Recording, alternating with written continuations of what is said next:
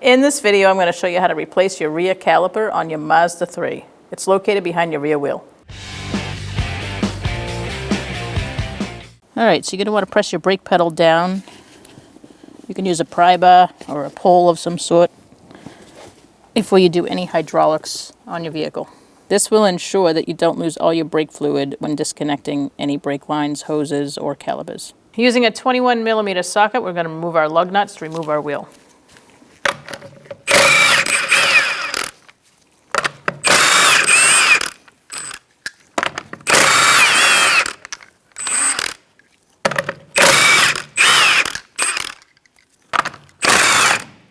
Make sure you have a good hand on the top there, so the wheel doesn't fall off on you. You're going to want to put a lug nut on to hold your rotor on. Make sure that's snug. Then we can take this off.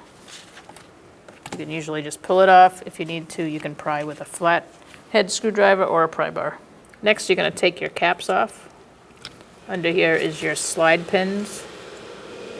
You're going to use a 7mm Allen wrench socket or just Allen wrench.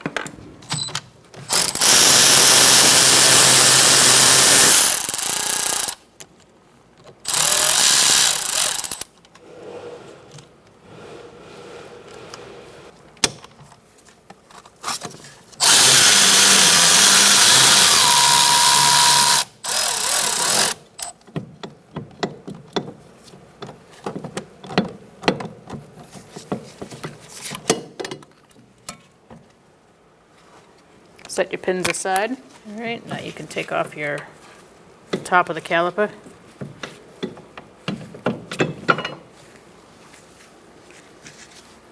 And remove your pads. So you're going to take a pair of vice grips and just bend back that way to unsnap it. All right, now you can take it out of its housing, it's part of the caliper, and set that off to the side. Our brake hose and brake line in the wheel well is frozen together. We're able to get the brake hose free from the fitting, but the brake line in the fitting is frozen. So that's making it impossible to remove the line from the brake hose the way you should. So instead, we're going to take the hose off the caliper by unwinding the caliper. Now you want to brace the caliper up against the bracket and just I'm going to use a 14mm wrench, and this is the part that's a little strange. If you have a seized brake line and the fitting is stuck to the brake line, you don't want to do a brake line, or you don't have the materials to do a brake line, then this is a way around it. Just pick up your caliper and unscrew the caliper from the hose.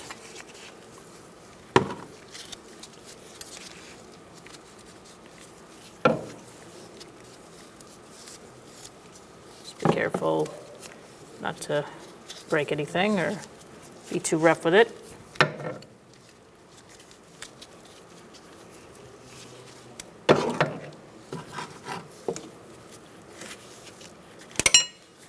Now you can set that aside. All right, now we're going to remove our bracket using a 14mm socket.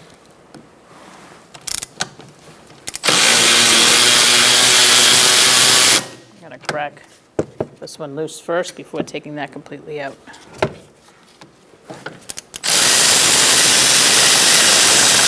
This one I can take completely out. Hold on to your bracket so it doesn't fall.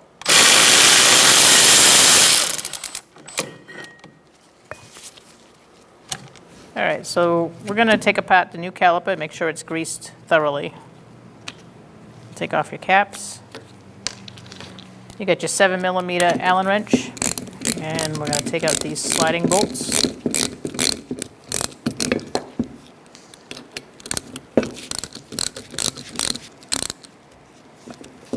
Once you take those out, you're going to inspect.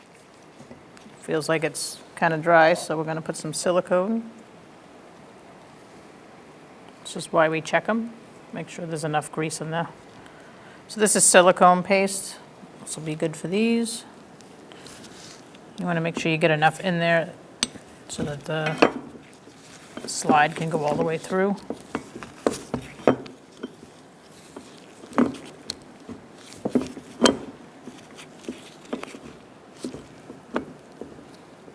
You do the same on the other side.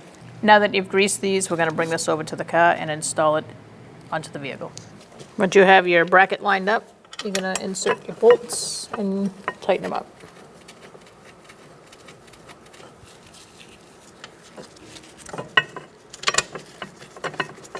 Now we can snug them up.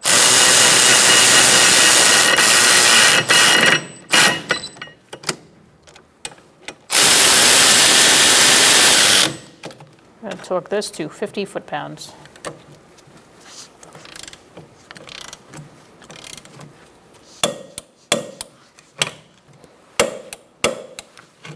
All right, if you have a plug on your caliper, now is a good time to take this out. It's for the hose. Now we're going to put the hose on.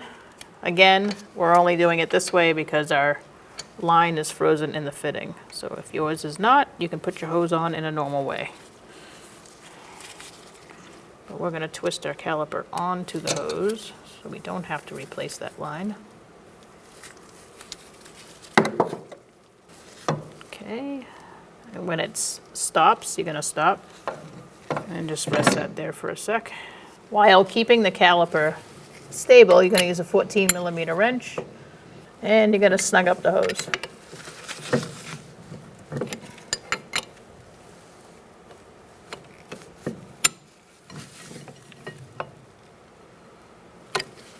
Now we're going to put our pads in. Make sure that your spring clip pad is on the inside and the other pad doesn't have one. Put that on the outside. There are no tins for this, so just put the pads in the way they are. Don't put any grease here because then that's just going to attract dirt or brake dust and then make it so nothing slides around like it's supposed to. So just leave it naked. And then you can put your caliper on.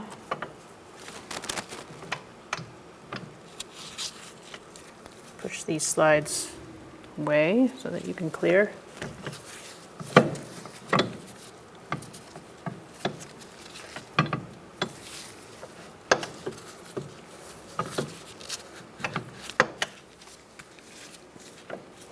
Once you're lined up, you can get your pins started. I'm going to snug these up and then we're going to torque them to 20 foot-pounds.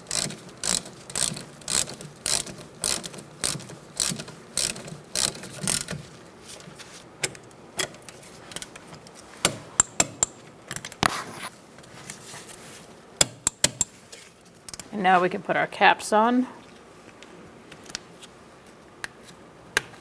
and attach our emergency brake cable. Insert your cable through the hole. Make sure it's lined up and pushed all the way through. Take some locking pliers, grab the end of the cable, and pull. This could take a little bit of patience and muscle to get this cable in.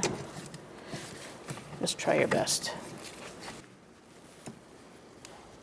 Remove your pry bar, and you want to pump it up a little bit.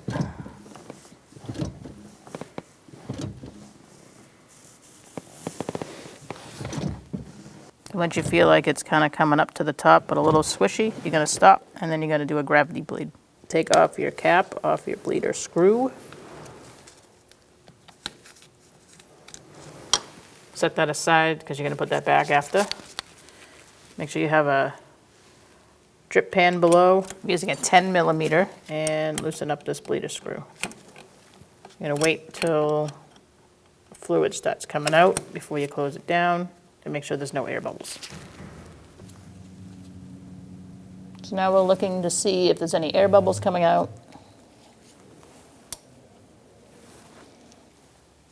All right, that looks good to go. And we're going to tighten it up. And then we're going to put our cap back on after we clean it off. Use a little brake pads cleaner.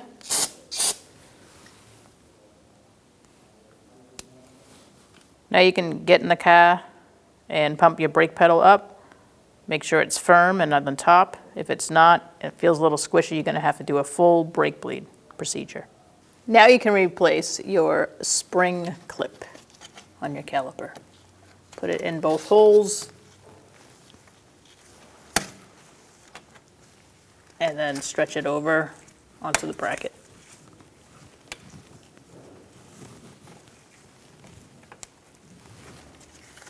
Make sure it's fully seated, and that'll hold this end on. You can remove your lug nut.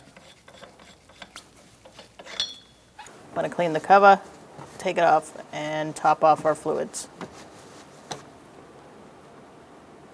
Make sure you fill it to max.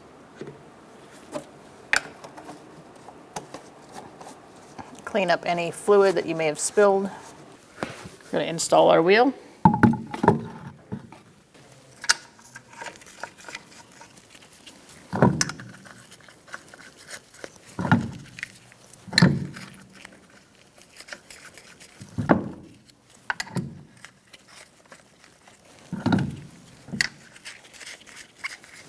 I like to walk my wheel on, starting with the bottom lug nut. And then tighten them in a star-like pattern.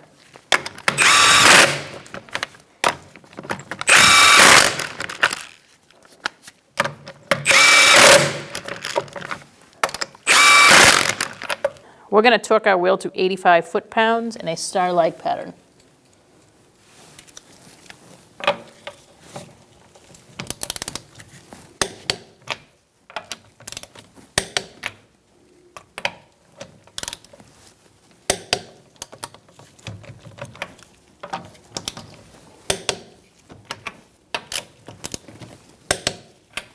Make sure you clean off your cap and anything near it, free from any dirt, before removing your cap.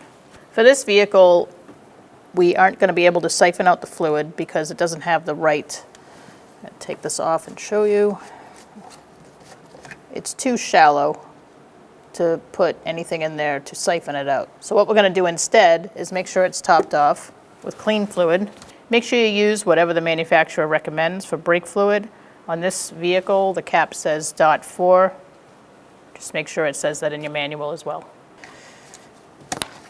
And we're going to bleed out the old fluid at our furthest wheel away from the master cylinder, which is the right rear. Once you see all that fluid that's dirty come out and it starts coming out clean, then we're going to close the bleeder down. Now that you have bled out all the old fluid, I'm going to clean our cap one more time, open it up, and refill the master cylinder with clean fluid.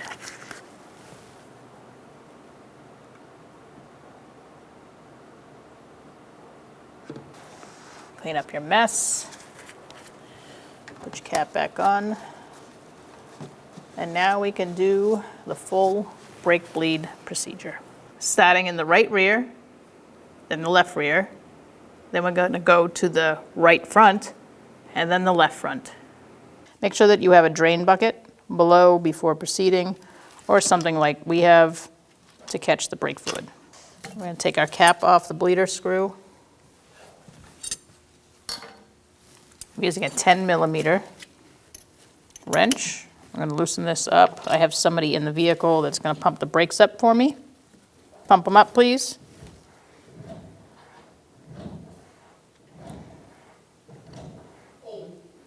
He's holding. I'm going to break it free. It's to the floor. I'm going to close it back down. Pump it up. As we're doing this, we're going to look for air bubbles going down the tube.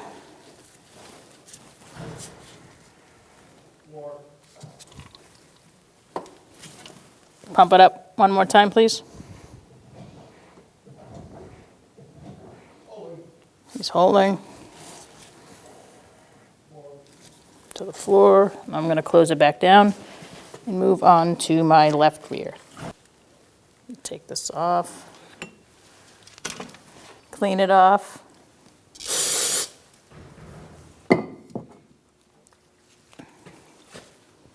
And put our cap back on.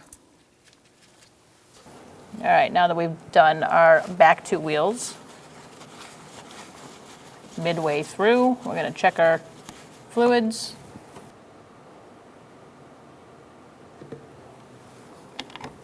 Replace your cap. All right, now that you've topped that off, you can proceed to the right front.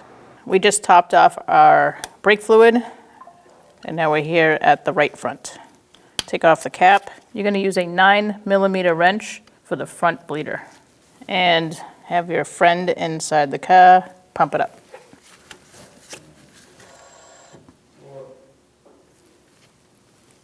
Okay, pump it up.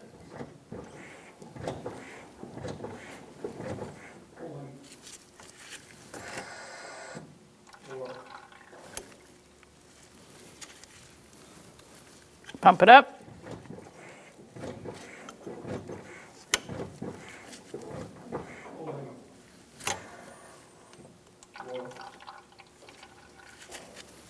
Close that down.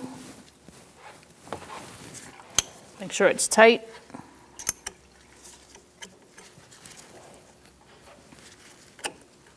We're going to clean it off and put the cap back on. And now we're going to go to the left front.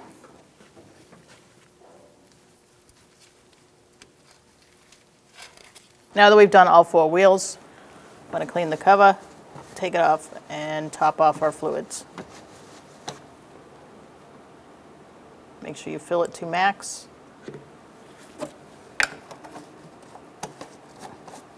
Clean up any fluid that you may have spilled. You can get in your vehicle, check your brake pedal, make sure it's right at the top, nice and firm, and then take it for a road test. If it is not, you're going to have to redo the brake bleed procedure again. When only the best will do, demand TRQ. The only company that lets you view before you do. TRQ is committed to offering the highest quality aftermarket auto parts that are engineered for peace of mind. Thanks for using and viewing with TRQ.